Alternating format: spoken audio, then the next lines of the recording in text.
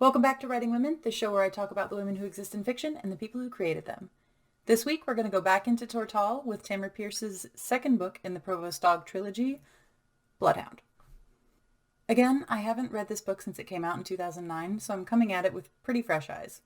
I have a lot to say about this book and how it kind of mirrors a lot of changes that happened in my own life, and also changes that have happened to depictions of law enforcement and media over time, but I'll save that for later. I was an adult when I first read this one, the first Tamora Pierce book that came out that I was an adult when I first read it, at that point anyway. I've read a few since then that I've been an adult for. But I was still a lot closer to Beka's age then than I am now. So I have a whole new perspective on this entire story. Something that I've noticed through the course of my rereads is that a lot of my takes on the stories and the characters and the themes have changed significantly since the first time I read them. But of course, I'm not really surprised that I have wildly different takes now because there has been an intervening 10-ish years of experience between the last time I read this one specifically and now. My initial response to this series back then was really liking the first book despite the journal style, and kind of falling off with the series after that and not really connecting with the following two books as much. And so far, it's kind of seemed like the opposite. The first book I kind of liked. I definitely understand why I liked it a lot then. But now, the second book actually gutted me. There was a lot of stuff like trying to work inside of a corrupt system and still do the right thing, and the predictable but still heartbreaking end to a brief romantic entanglement with someone like Dale.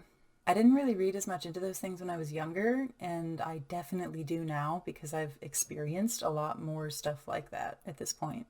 When I was much younger, a lot of the decisions Beka makes in this book didn't read to me as realistic as a way that someone like her would actually act. It took a lot of life and change and heartbreak for me to understand that just because I don't understand why she did something doesn't make it a plot hole. Now, before I give too much more away, I will do the story recap and go from there. Side note, I'm really sorry if you can hear the dog snoring in the background. He's a sleepy boy today. Beka has been getting sloppy with her reports, and so has decided to start keeping her journals again to practice her memory exercises.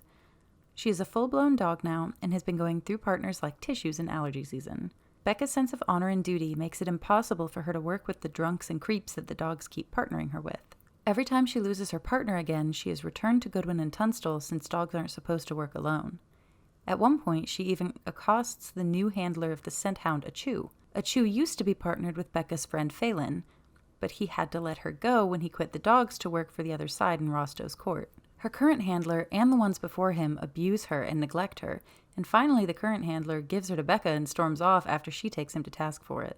Beka's friends help her nurse Achu back to health, and she is officially transferred to Beka by her superiors. Phelan helps her with Achu's command words, explaining that he taught her words in a bastardized form of Kiprish, so that they wouldn't be things that other people could mimic like sit and stay, or she wouldn't hear them in passing walking down the street. Counterfeit silver coins are quickly flooding into the shops of Corus. Beka's friend Tansy accidentally passed some to a baker who knew fakes were about, and he fines her for trying to give him fake coins. Tansy and her husband have worked hard to turn around Crookshank's empire to a non-criminal enterprise, and she is stung by the accusation of wrongdoing. Beka's team start to investigate and begin uncovering a large-scale counterfeiting operation passing silver-coated coals into Corus from Port Kane.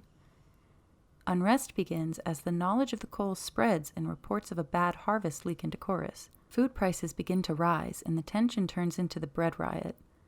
During the riot, Tunstall's legs are shattered, but he is pulled from the crowd and protected by Hans Remy and Dale Rowan, two men from Port Kane. Tunstall's injury leaves him unfit for work, but he is being cared for by Lady Sabine, the knight he met and fell for in the first book. Goodwin doesn't approve of their relationship because of a fundamental distrust of nobles, but Tunstall seems happy. Pounce is in and out through all this, telling Beka that there are problems with the other stars that he has to help with. Finally, he sits her down and explains that he has to leave for a while and handle things personally. Beka is devastated, but Pounce explains that she has become too reliant on him, and that it will be good for her to muddle along without him for a while. Lord Gershom decides to send some dogs undercover to Port Kane to figure out what's going on. Of course, the 2 dogs are Beka and Goodwin. Tunstall is furious when he finds out, because his injuries aren't healing fast enough for him to come along. Beka is attacked and nearly killed while leaving her lodgings one day. They have to be careful about not obviously investigating the counterfeiting, so a story about Beka recovering from her attack while observing dog work in Port Kane works well. They are to pretend to be loose dogs who gamble and don't take their jobs too seriously so they can gain intel. Most of the coin coming into Corus seems to be coming from gamblers, so it's necessary to get in with that crowd. The pair make their preparations and say their goodbyes before boarding a boat to leave Corus. Hans and Dale are going back to Port Kane as well, and the 4 strike up an easy friendship. Dale flirts shamelessly with Beka, and she flirts back. He showers her with expensive gifts during the course of the book, and when they finally hook up, she writes that she's never been with someone who knew what they were doing the way he did. In Port Kane, they meet the city's rogue, Pearl Skinner. Gossip has reached her court about Corus's rogue and his infatuation with this young dog. She thinks that Rosto has sent Beka to spy on her. Beka forgets that she is supposed to be pretending to be incompetent and not doing dog work, and reflexively nabs a pickpocket while she's in Port Kane. Afterward, they realize that the kid hadn't just stolen a bag of coin from the target, but instead swapped it out with a new purse of coals. They eventually discover that this isn't the first time that's happened, and the victims are always someone who has somehow gotten on the bad side of the rogue. So Beka and Goodwin begin to suspect Pearl is the source of the coals. The deputy provost of Port Kane is Lionel of Trebond. Yes, that Trebond. He is annoyed at the presence of these 2 new women because he believes women aren't fit for dog work. He is the first major reference to the new belief of the gentle mother and the idea that women aren't fit for anything but cooking, cleaning, sewing, and making babies. Something that will later take over in Tortall, leading to Alana's time where she has to pretend to be a man to become a knight. Sir Lionel knows something is going on in his city, but he's afraid of Pearl Skinner. She threatened to kill his family, so he lets her run wild. Lionel is in stark contrast to Nestor of Haris. Nestor is a sergeant and also a cousin to Beka's benefactor, Lord Gershom. When Beka was young, she fantasized about marrying him until she found out that he was gay. His lover is an entertainer named Oka Soyan, who performs as a woman with the stage name The Amber Orchid. Note, Oka lives as a man and performs as a woman, but tells Beka that she was touched by the trickster in the womb and has the soul of a woman but is in a man's body. Oka is referred to as he through the whole book, but I want to point out now that is likely due to Tammy's lack of knowledge on pronouns and misgendering at the time. She wanted to include a trans character and give them a big part to play in the book, but may not have had the full understanding to really write about it as accurately as she could have. Tammy talks a lot about her past flubs and trying to include as diverse a cast as possible and not getting it right all the time. I want to point that out now because I will be referring to Oka as she the times I mention her, since she does identify herself as a woman. End note. Goodwin shows another side of herself to Beka during this trip. She's laughing, drinking, and gambling, and seems like a totally different person. She has her friends in the Finer family help them with the investigation. The Finers are a family of silversmiths and go way back with Goodwin. The family has also realized the coal problem and had been collecting them and reporting them to the Silversmiths Guild and their dog kennel. The head of the family, Isan's Finer, has a knack for identifying where silver was mined from. He melts down the silver on the coals and eventually gets a big enough piece to identify it as coming from an area of Tortall where the mines were supposed to be closed. Beka's powers seem to be evolving in this book. She finds a weak new dust spinner at one point and prays to the Black God to give it power and life. It seems to work, and the spinner grows in size. She is also now able to openly converse with the spirits riding the pigeons. The spirits have more self-awareness now and can talk with each other and her, and also have more control over the burbs. Slapper follows Beka to Port Kane. Despite being a grumpy, slappy bird, he wants to be near her. Eventually, Beka and Goodwin figure out that Pearl is behind everything, and Beka knows that their new friend Hans is in on it. She suspects that Dale might be as well, despite her feelings for him. They know taking in a rogue will need more than they can muster, so Goodwin returns to Corus to report directly to the Lord Provost and return with backup. While she is gone, the Finers are arrested, the whole family. Isan's great-granddaughter finds Beka and asks her for help. Beka packs up her stuff, smelling trouble, and instructs the girl to write letters to people like their family's advocate and let them know what is going on, and then go to the Temple of the Goddess and sit at the feet of the goddess statue because they won't be able to take her from there without proving her guilty in a court of law, something that she learned from Goodwin, who is a magistrate in the goddess court.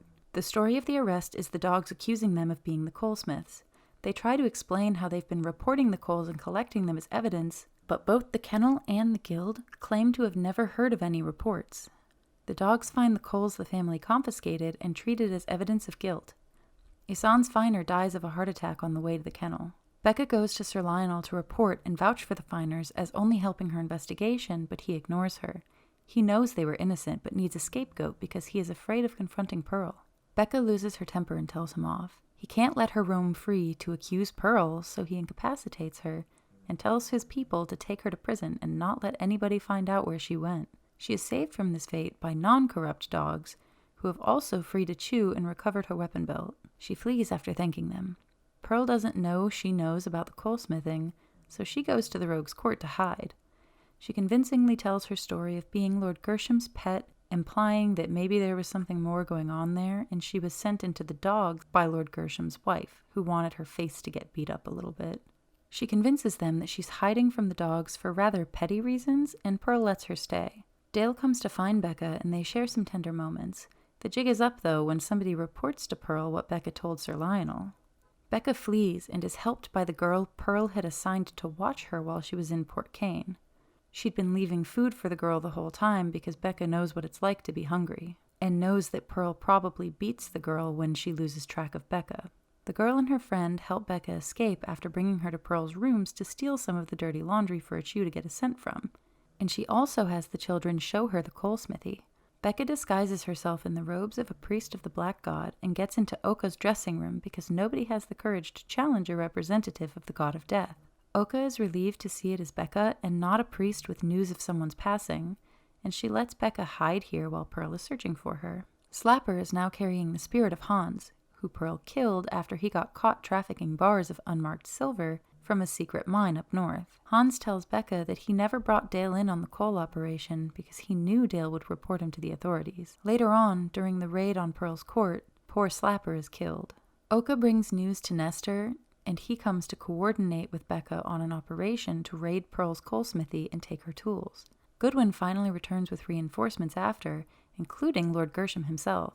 They raid the court of the rogue, but Pearl escapes. They try to track her down, but Beka is meant to stay behind. Instead, she goes off on her own with a Chew and tracks Pearl through the sewer. When she catches up to her, they fight and Beka is cut up pretty badly, but she buys enough time for the rest of the dogs and Lord Gershom to find her. He pays a large sum to a healer to flush the infection and poison from both Beka and Pearl's wounds. When Beka wakes up, she finds that Pounce has returned. He uses his mysterious powers to save her journal, which she had expected to be ruined after its trip through the sewer with her. He tells her that she can't pass on her story to her descendants if her record of her exploits is ruined. Pearl is going to trial, but some of the people of Port Kane think Beka framed her, so she won't be coming back here for a while. Goodwin has accepted a position as a desk sergeant and won't be returning to the field anymore. Beka is upset at first, but now she will be partnered with Tunstall, someone who she trusts to be honorable, and who she won't have to worry about not doing his job correctly. Well, if that ain't some good foreshadowing. Finally, Dale comes to see Beka before she leaves. She asks if he will visit her in Corus, and he basically says, "Hey, we had fun, let's just leave it at that," and leaves. She knew this was likely to happen, but the way he had doted on her convinced her that maybe she was wrong about him, so she's pretty heartbroken over it. They return to Corus, and a welcome back party is thrown by Rosto in his new tavern, the Dancing Dove, that he built across the street from his old lodgings with Beka. The end. This book is so good. To get back into what I was talking about earlier, I remember this book being the least memorable initially. That is the opposite of how I feel now for a handful of reasons. The most important to me being my initial problem with Dale. When I first read this book, I was like 19 and had only really dated one person and hadn't really been exposed to the potential horrors of trying to date yet. I read the end of this book and thought, well, that's dumb. Real people don't act like that at all. He acted like he was in love with her or something this whole book. Gave her these nice things, went out of his way to see her and be super sweet and great to her this whole time. It doesn't make sense that he would turn around and just leave like it meant nothing. I thought that it was a cheap cop-out because Tammy was building up to her getting together with Rosto, similar to how Alana goes through a couple guys before settling down with George. Never mind how wrong I was about that prediction, but we'll find out about that in the next book. Life happened, and I realized how often that actually really does happen. Saw it happen to friends, had it happen to me, and now I have a totally different read on that whole arc. I even thought originally that in the world of the book, Beka must have been somehow to blame for not realizing sooner that was how things with Dale would end. I could not wrap my brain around how you could be in that situation and not realize the person wasn't sincerely interested in you the way you were with them. I'm finding more and more that there are things about Beka, and really all of Tammy's characters, that I didn't think fit together when I was young, but overlooked them because I enjoyed the books. I used to have this mindset of, if it's not a choice I would have made, then it is a plot hole or an inconsistency. And it takes a lot of me sitting around and thinking hard and trying to work things out to figure out if my criticism of something is entirely based on whether or not that's the choice I would have made. Most times, the criticism withers and dies right there. Sometimes I still push forward, but it will usually be about more overall story beats or themes or characterization complaints. Though I do know for sure there is something in the next book that I have never and will never understand, despite having done almost the exact same thing Beka does. But we'll find out about that next time. I also think I understand Goodwin's shift to wanting a desk job more now. I used to think it was out of character for her, but after coming back to this series, I think I know her better. There are hints through this whole book at what will come in the end. She's distraught at leaving her husband. She talks about how she's getting too old for all of this. She's lived this life so long and has lost so much to it. She still wants to be a part of the dogs and their mission. She just doesn't think she can continue putting herself or her husband through not knowing if she will come back alive every day. She knows Beka will be a good partner for Tunstall, and she couldn't leave him to be partnered with just anybody, so she bows out to apply her skills in a different way and leaves her duties in the capable hands of someone she knows can handle them. I like that Beka's strong moral compass shines through a lot in this book. She can't work with partners who don't care about their jobs and have a real desire to help people. Of course, she still participates in beating the hell out of prisoners in custody, but she's made out to be more of a renegade cop in this one. In the first one, she was a fresh-faced good cop working in a slightly corrupt system that ultimately achieves the greater good. In this book, she's the renegade cop who challenges the corruption around her and has to defy orders and go it alone to get things done. I don't know if that shift was intentional, but it's interesting to see in a book written for young adults. And that's something I keep coming back to. Tammy's books were the first ones I ever read that talked about the things they did. They talked to me like I was a young adult, not like I was a child who wouldn't understand these things. Young adult fiction is in a completely different place now than it was back then, but her books are still so relevant and were so ahead of their time. This book was the first time I ever really encountered a transgender person in fiction. Despite the flubs with pronouns and stuff, I thought it was a very sweet and normal presentation of the character. It wasn't made into a big deal. Oka's gender identity was not the only thing the reader knew about her, and she had a rich life outside the protagonist's wants and needs. She had her own fears, she had her own desires, she had her own life and family. It's been 10 years, and she is still one of the very few times I have seen that in all the books I've read or shows and movies I have watched. And even better, Tammy is so open about mistakes she's made in the past and her desire to learn from them and get better. She tries her hardest to give her audience people they can really feel close to through shared experience the way I do now with Beka. With every word I read, I remember why these books changed my life, especially with everything going on right now with other famous authors. With everything Tamora Pierce says or does in real life, I'm reminded that not everybody will disappoint you when you learn more about them. And it keeps me from falling into a pit of cynicism. I have a lot of feelings surrounding this series that I've never felt for them before, and it's almost making it hard to reread them. I knew the breakup with Dale was coming and stopped right before it for a while, because reading it felt so much like me going through it again. I guess the first person's perspective really did help there. If I'm this emotional now, how will I ever handle the Emelon books when I start them again soon? They were the first of Tammy's books I ever read. Anyway, I do have more to say, but like always, I think it will be more important after the next book, so I'll leave it here. Thanks for sticking around through all of this. It means a lot to me that so many of you tune into these episodes and listen to what I have to say and talk to me about it, whether it be on Reddit, Discord, Messenger for my friends who listen, and especially the comments on here. And even more so if you disagree with me and you want to share your perspective. If you enjoyed this video, please toss me a like. It helps my channel get noticed by the big bad YouTube algorithm. If you want to talk more about this book, go ahead and comment. I get so few comments that I reply to all of them. I don't have the YouTube clout to be monetized, so special thanks to those of you who share my stuff with others and grow our community. Also, my lovely Patreon supporters who help me cover expenses for this stuff. If you'd like to join my Patreon, you can for just $2 a month and get some behind-the-scenes stuff, early access to stuff when I'm able to get it done on time, and the ability to suggest and vote on ideas for the channel. Thank you to my current patrons, Mary Doc Brandybuck, Ms. Psycho, Amy Chu, aka The Doctor, Lord Butterbutt, and Bruce.